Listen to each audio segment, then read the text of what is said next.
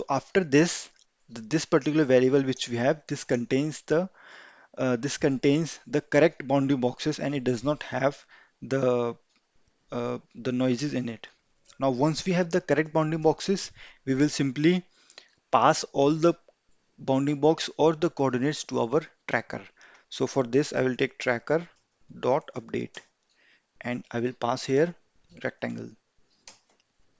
Now, once the tracker accepts all the coordinates, it gives us an object ID. So for this, I will take another variable.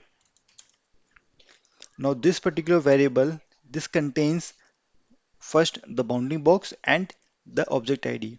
So the bounding box it contains for a particular person and it also gives us the object ID of that particular person. So I will take a for loop and I will, let's say I will initialize for object ID and bounding box in objects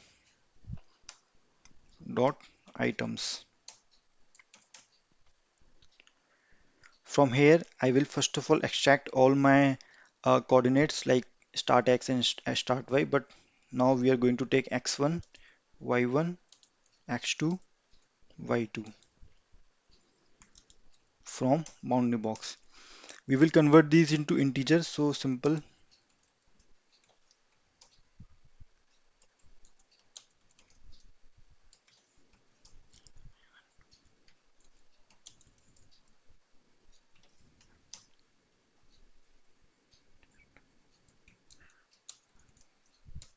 Great.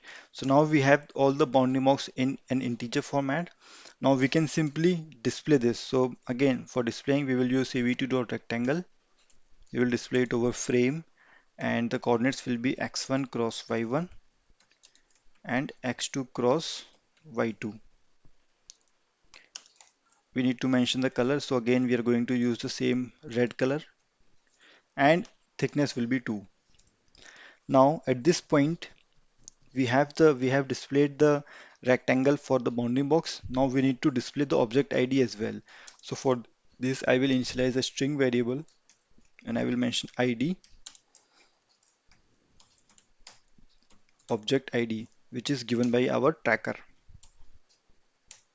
Now I will simply use cv2.putText to put this particular string on the frame. So text and here I will take coordinates. So x1 cross y1 minus 5. So using this coordinate, our text will be displayed just above the bounding box of the person. I will use cv2 dot font Hershey complex small. I will use font scale as 1. I will use color as again the red color and thickness to be 1. So this is done. Now let's just quickly revise what we have done. So we are again reading the frames from here. We are resizing it. We are converting the frame to a blob and then we are passing the blob to our detector. In this for loop, we are getting all the detections and we are appending all the detection in this particular list. And then after our for loop, we are passing this particular all the bounding boxes, sorry, all the rectangles to our non-max suppression algorithm, which will remove all the noises from it, and we will have the correct detections in this particular list.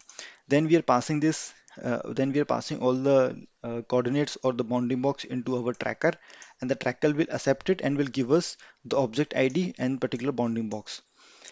Now we are here simply using CV2 rectangle. We will draw the rectangle across the person and then we will also put this particular object ID on top of the bounding boxes. So that particular person will be then tagged with that particular object ID. So now let's try to run this code. Now, now as per our last video, if we try to run this code from here, it will be processed very slow.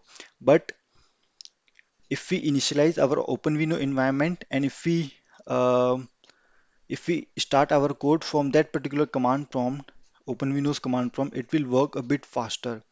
Now, in our last video, we forgot to actually initialize our target CPU. So what we are going to do, I have like already initialized my OpenVINO environment in this command prompt. We will run our code from this command prompt, but we need to also mention in our code that which hardware we are going to use. So for example, I'll explain. So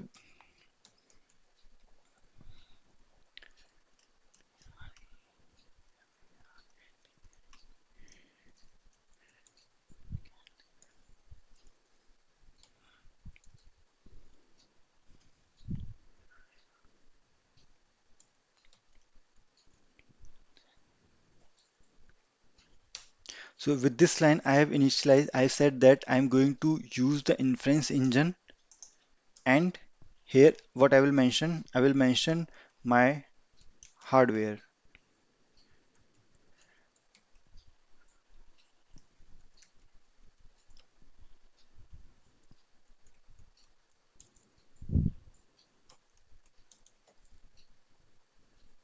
Okay, so what I have done here is that I'm saying that use the inferencing on the CPU. Simple. Because we are using the CPU of our laptop, so I'm mentioning CPU here. And let's say if we are using GPU, you can mention GPU here, or you can mention FPGAs, or you can mention MyRide processor or anything. So in our case, we are using CPU, so I've mentioned CPU.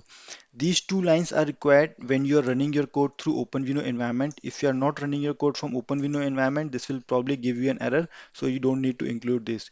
In our case, we will run the we will run our code from the OpenVINO, so I've mentioned these two lines. Now let's try to run this code.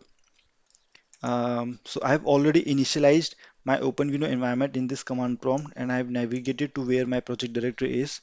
I will simply use Python person tracking.py and will run it. So hopefully it should run fine without any errors.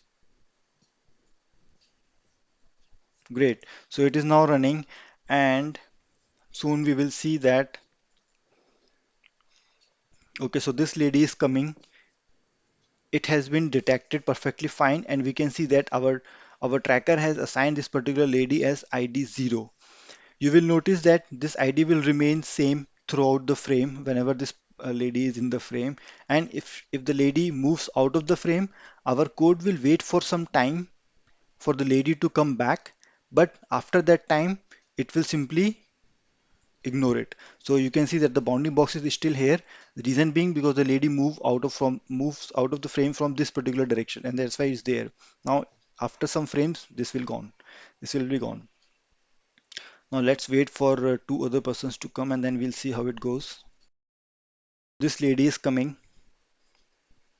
She has been detected, and our tracker has assigned it an object ID as 1. This person has been assigned an object ID as 2, and you will notice that this ID will remain same throughout our code, which means that our person tracking algorithm is perfectly working fine for us. Same will happen for these two persons. So they will move out of the frame, but their bounding box will remain here. And our tracker is basically waiting. If that person can come back, it will assign the same ID. Otherwise, it will simply ignore. So in this way, the tracking algorithm works. And I hope using this video, everyone has got the basic idea of how tracking algorithm works and how you can track any kind of objects in your video file or a live video feed from the camera. So that's all for this video. I hope you have liked this video.